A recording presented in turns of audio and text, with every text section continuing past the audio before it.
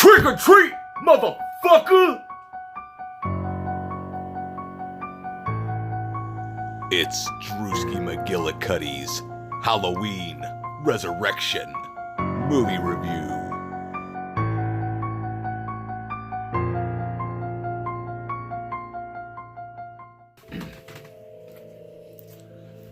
Hey everybody, it's Drewski McGillicuddy, and it's a new year, it's a new me, and I figure I might as well just get these goddamn Halloween reviews out of the way so I can be done with it, okay? Even though I already had made 2 videos today, here's one more. If I get it up before, midnight. At midnight I turn into a pumpkin. Anyway, that's very fitting, isn't it? So, if you read the title, you know we're here to talk about Halloween Resurrection. Now, I'm going to be honest with you people. I'll be honest with you. Can I be honest for a minute? When I first saw this movie, I didn't hate it. I enjoyed myself thoroughly. Also, I thought the twist on how Michael didn't get killed off in the second one was pretty ingenious for the time. Now, rewatching it, I still think it's alright. It ain't that bad. As a matter of fact, the whole opening scene, the whole opening of this movie isn't as bad as people let on. Because this is one of the only movies, aside from the original Halloween, that actually opens up with the motherfucking Halloween theme. Okay, everybody loves the Halloween theme. Plus, I'm pretty sure there's some original composers put into this. I probably can't find them because I'm too lazy to look. So I don't know what the fuck I'm pointing at. But yeah, you've seen the movie. You know what I'm talking about. Where it's like do do do do do do do do do do do do do. But other than that, I mean, the opening scene at the mental institute, sure, we get the exposition nurses telling us how Michael didn't get killed in the last movie, which a lot of people have a problem with that. But, you know, if you watch the movie, you kind of, it's a fucking movie, okay? What the fuck am I doing? Am I defending a Halloween movie? That's crazy. That's crazy, and it happens to be this one. It happens to be this one. Get you the thermometer. But, everybody complains about Laurie Strode and how her send-off. Like, would you have felt better if she was in this movie and this scene happened at the end of the movie? Would that make you feel better? Because either way, it's like, she's faking out these nurses, making them think that she's some old crazy bitch. But in reality, she's still got all of her wits about her, and she's just putting on a show, a facade, waiting for Michael to come for her so that she can finally put an end to him. But then, because it's a movie, she goes and makes a stupid-ass mistake. But you can kind of see why she would do that, because she already killed the wrong guy once. But why would a paramedic be breaking into a mental asylum, knocking doors down, chasing you with a butcher knife, if it wasn't, in fact, Michael Audrey Myers, born in October 19th, 1950-something. I don't know. I wasn't paying attention. But yeah, I also like that they had the mental patient that knew all about, like, John Wayne Gacy and all the serial killers, and Michael gives him the knife. So yeah, the whole opening sequence, the lighting was well done. What? This is the only movie in the original series that established what his actual birthday was. Yeah, which is my birthday, so that makes me cool just by association. Yeah. Anyway, don't interrupt me no more, okay? Unless it's extremely important. That was important. Okay, I'll give you that one. Anyway, so yeah, like the musical score. Now, before we get into the bulk of the movie, as I'd like to say, let's talk about the mask. This mask, it's not that bad. It's really not. Especially in some of the lighting, because this movie is very well lit for the most part. And a lot of the shots of the mask are actually pretty creepy, and it looks really good in the dark and the silhouettes and stuff like that. But unfortunately, Michael had done and got his eyebrows did. Like, what the fuck is wrong? Because the shape of the mask and all the contours of the mask are fucking perfect. My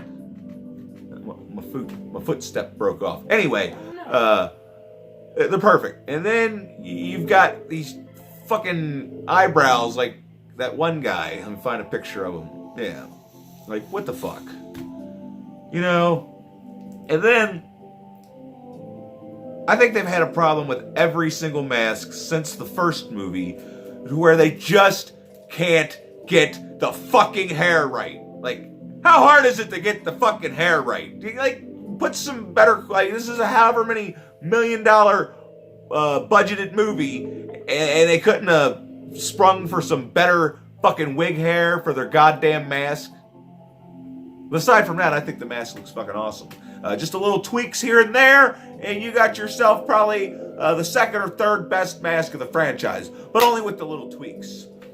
Okay, so now I don't hate all of them. I don't even dislike some of them. But the cast of this movie, we're not even talking about like the two. We'll talk about those two in a second. But like Jen and Miles and what's the other girl? Sarah and the black guy and the curly-headed guy with the leather jacket. Whatever the fuck. They're not that bad, but they're not that interesting. It's kind of like this movie's a product of its time. It's like they got the cast of American Pie and was like, hey, go spend the night in the Myers house, and we're gonna film it with poor quality webcams, like really extremely poor quality webcams. Now I remember stuff like this happening back in 2002. Hell, 2002 is when I graduated high school, and you know we had the LimeWire and the Napsters, and then the Actually, I don't know. I didn't really play on the internet. I mean, there was AOL. Is this what this was? AOL is some sort of AOL. I don't fucking know.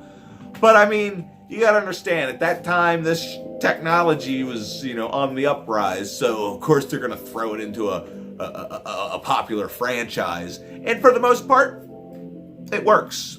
The only problem is just some of the fucking quality of the cameras. It's like you can't fucking see what the fuck's going on. This is just fucking terrible. Fuck. I forgot where it was. Anyway, but as far as the girls are kind of cute. Yeah, the girls are kind of cute, so that's a plus. We got dude from Rookie of the Year, and oh my god, he was actually in American Pie. The one dude. I can't remember none of their fucking names except for Jen and Ashley, because I sat there the whole time waiting to see them naked, but then no! I get to see the fucking redhead, partially, barely, even though she's like the least interesting girl of the bunch. But yeah, we get to see her titties on a fucking distorted ass webcam, and then when they do flash it for just a split second, it's like, well, fuck.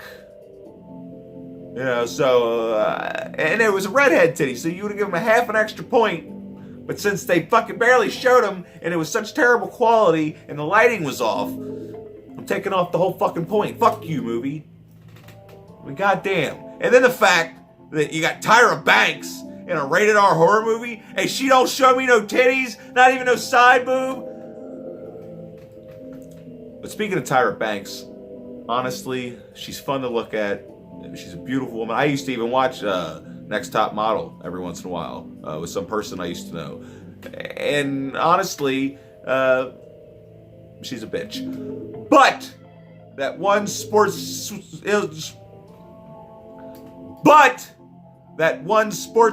Illustrated swimsuit cover, oh my god.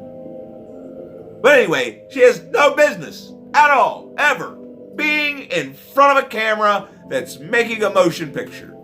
At all, ever. And nor does Busta Rhymes. Because every fucking scene these two are in, they completely ruin the movie and they bring it down to a drag. Even though there's some other stuff that kind of slows the movie down for the most part.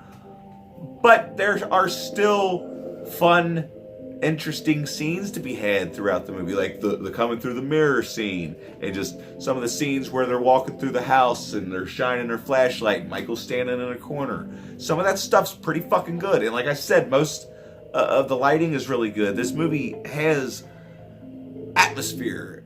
As much as it has two annoying characters that don't ever belong in a movie, it's not that bad.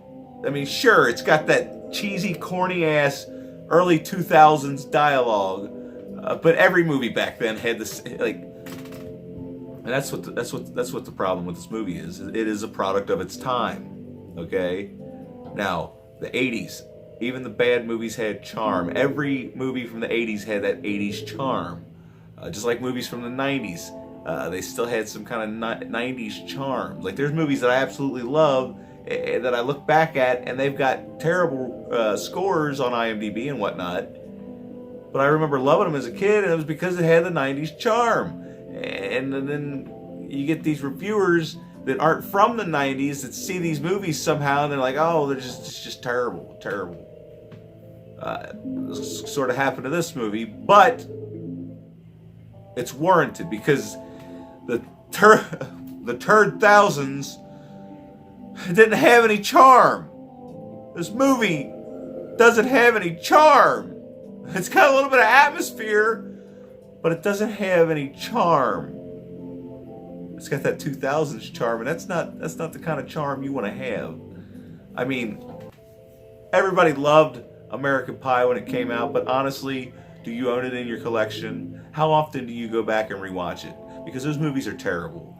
As fun as they were for the time, I don't think they don't hold up for me. I tried to watch them not too long ago. I couldn't get through. But we're not here to talk about that. We're here to talk about American Pie and Michael Myers' house. Because that's basically what this movie is. Was there anything else I was supposed to talk about? I mean, this is one of those movies where it's like there's a lot of good stuff surrounded by a bunch of shit. But overall, you know what? I had a good time watching it this time. I don't know why. Maybe something in the air. Maybe it's something I ate. But I feel confident enough to give... Oh, hold on. Wait a minute. Before we rate it, let's talk about the ending. Because the ending is another big dumpster fire thrown on top of an otherwise complicated movie, to say the least. I don't know what the fuck I'm talking about anymore. But yeah, the ending. Now, granted, had you taken whatever, had you taken Busta Rhymes and maybe got a different actor, I mean, maybe the character would have been okay, just a different actor. Maybe Ice Cube. Maybe you got Ice Cube to play Freddy. It would have been a hell of a lot better. Because he's more believable as a tough guy. Even though Busta Rhymes is tall and whatever. But anyway, that's beside the point. We're not here to talk about that shit. But what I'm trying to say is, had it been somebody else, and had the exact same thing kind of happen, where, you know, he busts in, the girl's fighting him with a chainsaw runs out of gas, then he comes in, kicks him into the electrical wires, he electrocutes, and then catches on fire, it wouldn't have been as gay. But since it was Busta Rhymes, it was super fucking gay. And it wasn't 90s gay, which is almost okay. It was 2000s gay, which is just fucking terrible. So, 15%. Do the math. I'm not good at math, but I'm roughly pushing around the 68% range. Yeah, I'm doing percentages now. I don't know. But anyway, fuck! This movie's complicated. I don't love it, but I don't hate it. And I don't really get all the extreme hate for it. Because a lot of you are going to get mad. Or maybe you'll agree with me. It's better than H2O. Yeah, I said it. Anyway, I'm going to fucking go do something else now. Make sure you like the video if you did. And then comment, let me know your thoughts below. And I'm going to go do something else, okay? Thank you. And make sure you subscribe.